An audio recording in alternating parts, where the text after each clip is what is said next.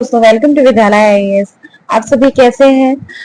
विद्यालय आईएएस में आज हम यूपीएससी सीएससी 2021 में आए जितने भी संविधान के क्वेश्चन रहे हैं उन सभी की चर्चा करेंगे, विस्तार पूर्वक चर्चा करेंगे। टोटल जितने प्रश्न आए सभी प्रश्नों का एनालिसिस, कहां से कैसे कैसे प्रश्न देखे गए हैं उन सभी प्रश्नों को देखेंगे। तो आज का हमारा पहला क्वेश्चन है। उससे पहले अगर आप विद्यालय आईएएस से नहीं जुड़े हैं तो प्लीज चैनल को सब्सक्राइब करें, वीडियो को लाइक करें, शेयर करें। और आज का हमारा पहला क्वेश्चन है, हमने ब्रिटिश मॉडल पर आधारित संसदीय लोकतंत्र को अपनाया है, किंतु हमारा मॉडल उस मॉडल से किस प्रकार भिन्न है। ठीक है, ऐसे ही कूट वाले क्वेश्चन अधिकतर देखे गए हैं। एक या दो है जो फैक्चुअल क्वेश्चन पूछे जाते हैं, जो या तो आर्टिकल 19 से देखे गए हैं, या तो फिर नीति निर्देशक तत्वों से, या तो फिर मौलिक अधिकार से। ठीक है, जहां तक फर्स्ट बोलता है कि जहां तक विधि निर्माण का संबंध है, ब्रिटिश संसद सर्वोपरि अथवा संप्रभु है, किंतु भारत में संसद की विधि निर्माण की शक्ति परिसीमित है। ठीक है। सेकंड बोलता है, भारत में संसद की किसी भी अधिनियम के संशोधन की संवैधानिकता से संबंधित मामले उच्चतम न्यायालय द्वारा संविधान पीठ को भेजे जाते हैं। तो देखिए यहाँ पे सही उत्तर पूछे जा रहे हैं, उच्चतम न्यायालय द्वारा संविधान पीठ को भेजे जाते हैं। यहाँ पे आंसर क्या हो जाएगा? हमारा आंसर है दोनों। ठीक है, दोनों सही है। यहाँ पे उच्चतम न्यायालय द्वारा संविधान पीठ को क्या भेजे जाते हैं? जैसे संसद में, अगर संसद को क्या करना है, किसी विधेयक में या फिर किसी अधिनियम में संशोधन करना है, तो उसकी संवैधानिकता से संबंधित मामले कि वो कितना संविधान संगत है, वो सब उच्चतम न्यायालय द्वारा संविधान पीठ को भेजे जाते हैं। जिससे क्या करता है, क्योंकि उच्चतम न्यायालय का भी अधिकार है कि वो युक्त प्रतिबंध लगा सकता है किसी भी ऐसे कानून पे जो क्या करती है, मौलिक अधिकारों का विरोध करती है। ठीक है, तो यहाँ पे सेकंड ऑप्शन भी हमारा सही है। और फर्स्ट ऑप्शन क्या बोल रहा है? ब्रिटिश संसद सर्वोपरि संप्रभु है। बिल्कुल संप्रभु है, किंतु भारतीय संसद में विधि निर्माण की शक्ति परिसीमित है। देखिए परिसीमित, ये थोड़ा सा नेगेटिव सुनने में लगेगा, लेकिन बिल्कुल सही ऑप्शन है, क्योंकि हमें अगर भारत में विधि निर्माण करना है तो मौलिक अधिकारों को देखना पड़ेगा, न्यायिक समीक्षा का परिप्रेक्ष्य देख के चलना पड़ेगा। ठीक है, नीति निर्देशक तत्वों का परिप्रेक्ष्य देख के चलना पड़ता है, लेकिन अधिकतर मौलिक अधिकारों का जो पक्ष है वो सरकार को देख के चलना पड़ता है। तो ये चीजें क्या करती हैं? विधि निर्माण की शक्ति को परिसीमित करती हैं। ठीक है, भारत के संविधान के किस अनुच्छेद के अंतर्गत निजता का अधिकार संरक्षित है? निजता का अधिकार, राइट टू प्राइवेसी। 2021 में ये करंट टॉपिक था, इसे 21(4) में रखा गया। अनुच्छेद 21(4) क्या करता है? गरिमापूर्ण जीवन जीने की स्वतंत्रता। हाल ही में एक हरीश राणा नाम के व्यक्ति को क्या की गई? पहली बार इच्छा मृत्यु का फैसला सुनाया गया सुप्रीम कोर्ट के द्वारा। ठीक है, तो इच्छा मृत्यु जो गरिमापूर्ण जीवन जीने की स्वतंत्रता है, अरुणा शाहबाग के केस में कहा गया था सुप्रीम कोर्ट के द्वारा कि गरिमापूर्ण जीने की स्वतंत्रता जीवन जीने की स्वतंत्रता देता है, मृत्यु की नहीं देता है। ठीक है, इसीलिए अरुणा शाहबाग को 40 साल तक कोमा में रहना पड़ा। वो खुद कुछ कर नहीं सकती थी, उसके लिए क्या किया गया? कई बार पिटिशन फाइल किए गए, लेकिन बार बार कोर्ट के द्वारा उसे रिजेक्ट कर दिया जाता था। लेकिन हरीश राणा के केस में कोर्ट ने ये माना है कि अगर किसी को कोई लाइलाज बीमारी है और आगे क्या है, उसका इलाज संभव नहीं है, ठीक है, तो उसे इच्छा मृत्यु देनी होगी। तो वो भी अनुच्छेद 21 के अंतर्गत ही आएगा। अनुच्छेद 21 का मतलब, अनुच्छेद 21 क्या बोलता है कि हमें जीवन जीने की स्वतंत्रता है, लेकिन वो मानवीय गरिमा से परिपूर्ण होना चाहिए। ठीक है, अब ये क्वेश्चन थोड़ा सा घुमाने वाला था, लेकिन आया था। ठीक है, क्या पूछा था? भारतीय संविधान के अंतर्गत धन का केंद्रीकरण किसका उल्लंघन करता है? धन का केंद्रीकरण किसका उल्लंघन करता है? ठीक है, तो जो ये धन का केंद्रीकरण है, ये समता के अधिकार का उल्लंघन करेगा, राज्य की नीति निर्देशक तत्वों का उल्लंघन करेगा, स्वतंत्रता के अधिकार का उल्लंघन करेगा, या कल्याण की अवधारणा का उल्लंघन करेगा।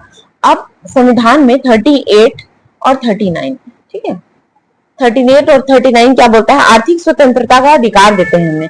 आर्थिक रूप से स्वतंत्र होने का अधिकार दिया गया है आर्टिकल 38 और 39A(b) में। ठीक है, इनडायरेक्टली मतलब 38 और 39 दोनों ही इंक्लूड हैं इसमें।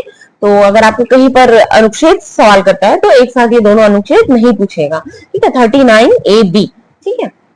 तो यहाँ पे अगर 39 है तो फिर ये राज्य की नीति निर्देशक तत्वों का ही उल्लंघन करता है। धन का केंद्रीकरण मतलब अगर कोई धन का केंद्रीकरण कर रहा है, धन को संग्रहित कर रहा है, तो वो कहीं ना कहीं राज्य की नीति निर्देशक तत्वों का उल्लंघन करता है।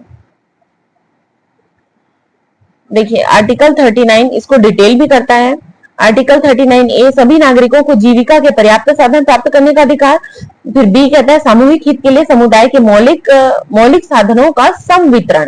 ठीक है, समवितरण, यहाँ पे समवितरण की बात की गई है। इसका मतलब है कि अगर धन का कहीं पर केंद्रीकरण हो रहा है तो वो समान वितरण नहीं है। ठीक है, तो वो क्या हुआ, राज्य के नीति निर्देशक तत्व का विरोध हुआ। और क्या कहा गया है सी में, 39C साफ साफ कहता है कि धन के उत्पादन और साधनों का संकेंद्रण को रोकना है। ठीक है, मतलब ये केंद्रण नहीं होना चाहिए। फिर डी कहता है पुरुषों और स्त्रियों के बीच समान कार्य के लिए समान वेतन दिए जाए। और ई कहता है कर्मकारों के स्वास्थ्य और शक्ति तथा बालकों को अवस्था के दुरुपयोग से संरक्षण है। और आखिरी क्या है, बालकों को स्वास्थ्य एवं विकास का अवसर। अगला, भारत में संपत्ति का अधिकार की क्या स्थिति है। संपत्ति के अधिकार की स्थिति क्या है, ऐसे ही कुछ ना दिमाग लगाने वाले ही क्वेश्चन आएंगे, वन लाइनर भी आएगा तो आपको अच्छा मतलब एटलीस्ट पॉजिटिव माइंड रखना है। ठीक है, पॉजिटिव माइंड रखना है और उस चीज के बारे में सोचना है कि वो किस बारे में बात कर रहा है। भारत में अगर संपत्ति का अधिकार है तो संपत्ति का अधिकार क्या बोला है, विधिक अधिकार है जो केवल नागरिकों को प्राप्त है। यह विधिक अधिकार है जो किसी भी व्यक्ति को प्राप्त है। यह मूल अधिकार है जो केवल नागरिकों को प्राप्त है। यह न तो मूल अधिकार है न ही विधिक अधिकार है। तो देखिए फर्स्ट हमें यह पता होना चाहिए कि यह मौलिक अधिकार नहीं है। ठीक है, तो हमारा सी ऑप्शन गलत हो गया। अब ये विधिक अधिकार है। ठीक है, संपत्ति का अधिकार क्या है और विधिक अधिकार है। ठीक है, तो ये लास्ट वाला ऑप्शन भी गलत हो गया हमारा, ये कट गया, ये भी कट गया। अब बचे दो, यह विधिक अधिकार है जो केवल नागरिकों को प्राप्त है। यह विधिक अधिकार है जो किसी भी व्यक्ति को प्राप्त है। तो अगर संपत्ति के अधिकार को आप गौर करें विदेशी कंपनियों पे, तो वो भी भारत आके क्या करते हैं, अपनी कंपनियां चलाते हैं और अच्छा खासा संपत्ति भी कमाते हैं यहाँ से। ठीक है, तो केवल नागरिकों को अगर प्राप्त होता तो उनको यह अधिकार प्राप्त नहीं होता। तो ये क्या है, यह विधिक अधिकार है और किसी भी व्यक्ति को प्राप्त है। ठीक है, ये यहाँ पे सही स्टेटमेंट हो जाता है। अगला है, संघ सरकार के संदर्भ में निम्नलिखित कथनों पर विचार कीजिए। एन गोपालास्वामी अयंगर समिति ने सुझाव दिया था कि किसी मंत्री और किसी सचिव को प्रशासनिक सुधार करने के लिए और उसे बढ़ावा देने के लिए पूर्णतः नामित किया जाना चाहिए। और सेकंड बोलता है, प्रशासनिक सुधार आयोग 1966 की संस्कृति के आधार पर वर्ष 1970 में कार्मिक विभाग का गठन किया गया और इसे प्रधानमंत्री के प्रभार के अधीन रखा गया। ठीक है, तो फर्स्ट जो हमारा स्टेटमेंट है उसको पढ़ते हैं। एन गोपालास्वामी अयंगर समिति ने सुझाव दिया था कि किसी मंत्री और किसी सचिव को प्रशासनिक सुधार करने और उसे बढ़ावा देने के लिए पूर्णतः नामित किया जाना चाहिए। तो देखिए ये जो एन गोपालास्वामी अयंगर समिति बोल रहे हैं ना, तो नहीं, किसी मंत्री और किसी सचिव को प्रशासनिक सुधार करने के लिए, मतलब ये प्रशासनिक सुधार आयोग के मतलब किसने सलाह दिया था कि प्रशासनिक सुधार आयोग का गठन किया जाए, ऐसा कुछ क्वेश्चन है ये। ठीक है, नामित किया जाए उसके सदस्य बनने के लिए, तो ये किया था पॉल एच एप्पलबी ने, पॉल एच एप्पलबी। ठीक है, PH एप्पलबी। ठीक है, तो गोपालास्वामी अयंगर समिति ने नहीं किया था, तो फर्स्ट स्टेटमेंट हमारा क्या हो गया, गलत हो गया। सेकंड स्टेटमेंट है, प्रशासनिक सुधार आयोग 1966 की संस्कृति के आधार पर वर्ष 1970 में कार्मिक विभाग का गठन किया गया और इसे प्रधानमंत्री के प्रभार के अधीन रखा गया। तो देखिए ये यहाँ पे बिल्कुल सही है। ठीक है, 1970 में क्या किया गया था, कार्मिक विभाग का गठन किया गया था और इसे प्रधानमंत्री विभाग के अधीन रखा गया था। अगला है, निम्नलिखित कथनों पर विचार कीजिए। यहाँ पे ज्यादातर आपको लॉन्ग क्वेश्चंस देखने को मिलेंगे, जो शॉर्ट क्वेश्चंस थे वो एक दो आते हैं, कहाँ से आएंगे, मौलिक अधिकार से आएंगे, नीति निर्देशक तत्वों से आएंगे। एकदम कॉन्सेप्ट क्लियर करके जाना है, बहुत ही अच्छे से क्वेश्चन को पढ़ना है, समझना है, हाइपर नहीं होना है। ठीक है, पैनिक नहीं करना है, सारे आंसर सब मिल जाते हैं। और कूट वाले क्वेश्चन में आंसर खोजना बहुत ही आसान रहता है, क्योंकि आपको एक या दो गलत खोजना है, गलत स्टेटमेंट जज करना है। ठीक है, उसमें अगर आपको सही नहीं भी पता है तो आपको गलत क्या है वो पता होना चाहिए। ठीक है, भारत में ऐसा कोई कानून नहीं है जो प्रत्याशियों को किसी एक लोकसभा चुनाव में 3 निर्वाचन क्षेत्रों से लड़ने से रोकता है। ठीक है, 1991 के लोकसभा चुनाव में श्री देवीलाल ने 3 लोकसभा निर्वाचन क्षेत्रों से चुनाव लड़ा था। वर्तमान नियमों के अनुसार यदि कोई प्रत्याशी किसी एक लोकसभा चुनाव में क्या करता है, कई निर्वाचन क्षेत्रों से चुनाव लड़ता है तो उसकी पार्टी को उन निर्वाचन क्षेत्रों के उपचुनावों का खर्च उठाना चाहिए जिसे उसे खाली किया है, बशर्ते वह सभी निर्वाचन क्षेत्रों से विजयी हुआ हो। तो देखिए यहाँ पे क्या फर्स्ट स्टेटमेंट क्या बोल रहा है हमारा कि भारत में ऐसा कोई कानून नहीं है जो प्रत्याशियों को लोकसभा चुनाव में तीन निर्वाचन क्षेत्रों से लड़ने से रोकता है। तो देखिए जनप्रति अधिनियम 1951 और 1950 में ये बोला गया है कि एक प्रत्याशी दो से अधिक निर्वाचन क्षेत्रों से चुनाव नहीं लड़ेगा। तो फर्स्ट स्टेटमेंट हमारा गलत हो गया। 1991 में देवीलाल ने लोकसभा के तीन निर्वाचन क्षेत्रों से चुनाव लड़ा था, ये स्टेटमेंट सही है। यहाँ पे आंसर थर्ड स्टेटमेंट क्या है हमारा गलत है। ठीक है, जनप्रतिनिधि अधिनियम 1951 की धारा 33(7) में के अनुसार एक उम्मीदवार दो निर्वाचन क्षेत्रों से चुनाव लड़ सकता है। अधिक निर्वाचन क्षेत्रों को 1996 तक अनुमति दी गई थी, जबकि आरपीए में दो निर्वाचन क्षेत्रों की सीमा निर्धारित करने के लिए संशोधन किया गया। मतलब ये जनप्रतिनिधि अधिनियम की धारा में संशोधन किया गया और कथन एक सही नहीं है बिल्कुल। 1991 में 1996 तक ये चलता रहा था कि कितने भी निर्वाचन क्षेत्रों से चुनाव लड़ सकते हैं, लेकिन 1996 के बाद इसे क्या कर दिया गया, बंद कर दिया गया। 1991 में देवीलाल ने लोकसभा की 3 सीटों से लड़ा था। कौन कौन से थे? सीकर से, रोहतक से और फिरोजपुर के साथ। ठीक है, और सभी से हार भी गए थे। ऐसे मामलों में उपचुनाव का खर्चा भारतीय निर्वाचन आयोग द्वारा वहन किया जाता है। अब है अगला, 26 जनवरी 1950 को भारत की वास्तविक संवैधानिक स्थिति क्या थी? तो संवैधानिक स्थिति क्या थी मतलब ये पूछना चाह रहा है। यहाँ पे जो ऑप्शन का पैटर्न है वो उससे आप जज कर पाएंगे कि ये क्वेश्चन प्रस्तावना से पूछना चाह रहा है। ठीक है, प्रियम्बल से पूछना चाह रहा है। तो प्रियम्बल में एक ही बार संशोधन हुआ है, 42वां संशोधन 1976। उससे क्या जोड़ा गया था? पंथ निरपेक्ष, समाजवादी और एक मिनट, हाँ, समाजवादी, पंथ निरपेक्ष। ठीक है, ये तीन शब्द जोड़े गए थे। ठीक है, समाजवादी, पंथ निरपेक्ष और क्या जोड़ा गया था? समाजवादी, पंथ निरपेक्ष और अखंडता शब्द जोड़े गए थे। तो इसमें जहां जहां पे ये तीन शब्द मिलेंगे वो ऑप्शन ऑटोमेटिकली क्या हो जाएंगे? गलत हो जाएंगे। तो अब हम पढ़ते हैं 26 जनवरी 1950 को भारत की वास्तविक संवैधानिक स्थिति क्या थी? लोकतंत्रात्मक गणराज्य, संपूर्ण प्रभुत्व संपन्न लोकतंत्रात्मक गणराज्य, ये भी सही है। अब इसमें जो सबसे उपयुक्त उत्तर होगा हमें उसको चुनना है। ठीक है, संपूर्ण प्रभुत्व संपन्न पंथ निरपेक्ष लोकतंत्रात्मक गणराज्य, यहाँ पे पंथ निरपेक्ष आ गया तो ये ऑप्शन हमारा कट गया। संपूर्ण प्रभुत्व संपन्न समाजवादी, पंथ निरपेक्ष एवं लोकतंत्रात्मक गणराज्य, यहाँ पे दोनों स्टेटमेंट आ गए तो ये भी हमारा गलत हो गया। अब इन दोनों में से जो सबसे उपयुक्त उत्तर है वो हमारा उत्तर बी होगा। ठीक है, कानून को लागू करने के मामले में कोई विधान किसी कार्यपालक अथवा प्रशासनिक अधिकारी को अनिर्देशित एवं अनियंत्रित विवेकाधिकार देता है। भारत के संविधान के निम्नलिखित अनुच्छेदों में से किसका उल्लंघन करता है? ठीक है, किसी प्रशासनिक अधिकारी को अनिर्देशित अनियंत्रित अधिकार देता है। तो अगर हम अनुच्छेद 14 पे जाएं, ठीक है, अनुच्छेद 14 पे जाएं तो ये क्या करता है? विधि के समक्ष समानता और विधि का समान संरक्षण। ठीक है, समानता जहां पे ना ये ऊपर नीचे करने की बात होगी, समानता से रिलेटेड कोई बात आएगा कि किसी को अधिकार अधिक दिए जा रहे हैं, किसी को कम दिए जा रहे हैं, वहां पे इसी का उल्लंघन होगा, अनुच्छेद 14 का। ठीक है, यहाँ पे हमने कैसे पकड़ा? अनियंत्रित विवेकाधिकार देता है। ठीक है, किसी कार्यपालक और किसी प्रशासनिक अधिकारी को अनियंत्रित अनिर्देशित विवेकाधिकार देता है। तो भारत के संविधान के निम्नलिखित अनुच्छेदों में से किसका उल्लंघन है? ये तो ये हो जाएगा अनुच्छेद 14 का उल्लंघन, क्योंकि अनुच्छेद 14 ये क्या करता है? ये दावा करता है कि जितने भी नागरिक हैं उनको सभी को विधि का समान संरक्षण और विधि के समक्ष समानता का अधिकार प्राप्त होगा।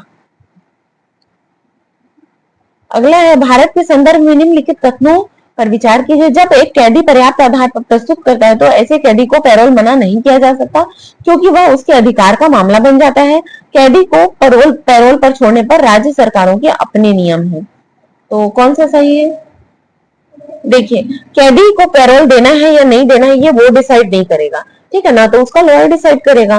वो डिसाइड करेगा, मतलब जो भी वहां के राज्य सरकार के नियम होते हैं। जैसे भारत में क्या है कि बहुत सारे जो जेल के विषय है वो क्या है, राज्य सरकारों के अपने हैं, वहां पे राज्य सरकारों के अपने अपने नियम चलते हैं, ठीक है।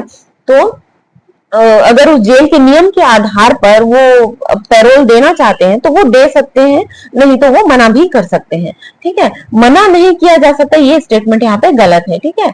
मना नहीं किया जा सकता, मना किया जा सकता है, ठीक है। तो कैदी को पैरोल पर छोड़ने के राज्य सरकारों के अपने नियम है, बिल्कुल सभी राज्य सरकारों के अपने अपने नियम है।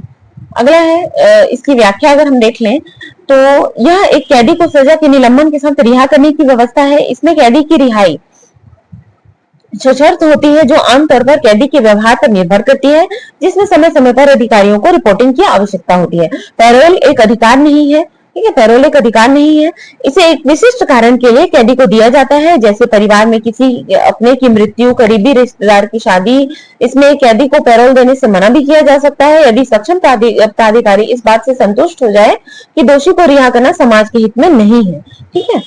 पैरोल का प्रावधान एक विशेषाधिकार रियायत है, जिसे किसी भी दोषी या कैदी को इसका अधिकार नहीं है। अगला है राष्ट्रीय स्तर पर अनुसूचित जनजाति और अन्य पारंपरिक वन निवासी अधिनियम 2006 के प्रभावी कार्यान्वयन को सुनिश्चित करने के लिए कौन सा मंत्रालय केंद्रक अभिकरण नोडल एजेंसी है? तो कौन सा है? अनुसूचित जनजाति की बात हुई, यहाँ पे पारंपरिक वन निवासी की बात हुई तो जनजातीय कार्य मंत्रालय। अगला है भारत के संदर्भ में निम्नलिखित कथनों पर विचार कीजिए। न्यायिक हिरासत और न्यायिक हिरासत का अर्थ है कि अभियुक्त संबंधित मजिस्ट्रेट की हिरासत में है और ऐसे अभियुक्त को पुलिस स्टेशन के हवालात में रखा जाता है, न कि जेल में। न्यायिक हिरासत के दौरान मामले के प्रभारी पुलिस अधिकारी न्यायालय की अनुमति के बिना संदिग्ध व्यक्ति से पूछताछ नहीं कर सकते।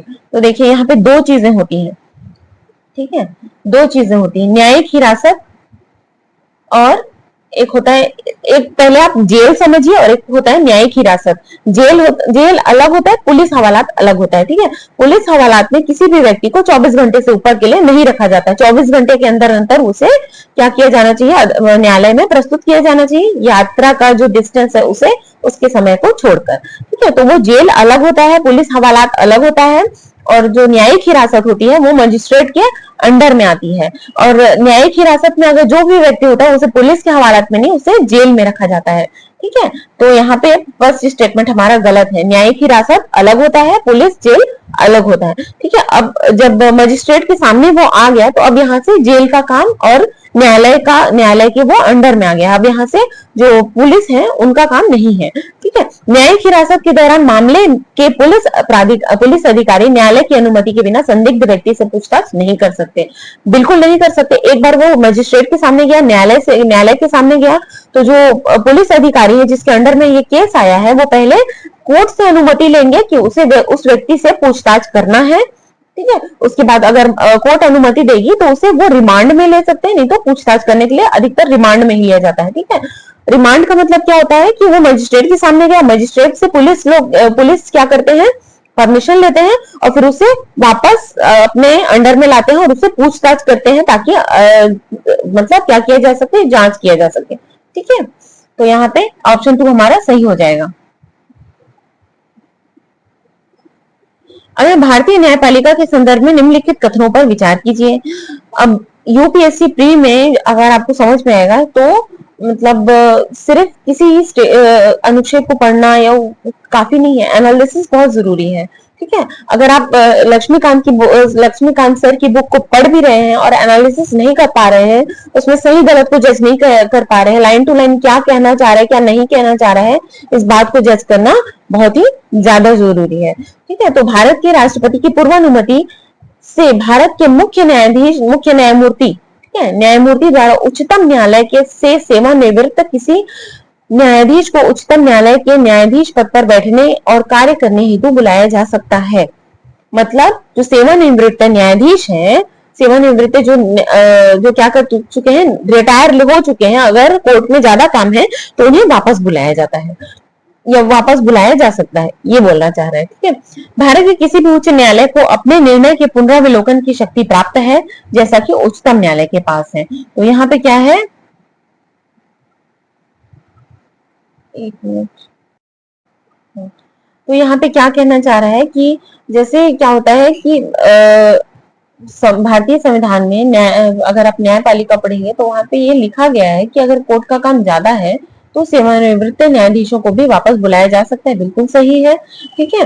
लेकिन उससे पहले तदर्थ न्यायाधीशों की के लिए कोशिश किया जा सकता है। जैसे हाई कोर्ट से क्या किया जाएगा, न्यायाधीशों की नियुक्ति की जाएगी।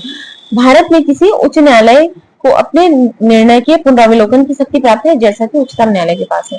तो भारत में जो उच्च न्यायालयों की शक्ति है वो उच्चतम न्यायालयों से अधिक है, क्योंकि उच्चतम न्यायालय के पास आर्टिकल 32 के तहत ही क्या होता है, मौलिक अधिकारों के संदर्भ में क्या होता है, फैसले सुनाने की इजाजत होती है। लेकिन उच्च न्यायालय के पास आर्टिकल 32 के तहत भी और 226 के तहत भी, ठीक है। तो उच्चतम न्यायालय के पास वे सभी अधिकार होते हैं जो मतलब उच्च न्यायालय के पास, हाई कोर्ट के पास, जितने भी स्टेट में हाई कोर्ट होते हैं उनके पास सभी अधिकार होते हैं जो सुप्रीम कोर्ट के पास होते हैं, ठीक है। तो यहाँ पे हमारा दोनों कथन सही है।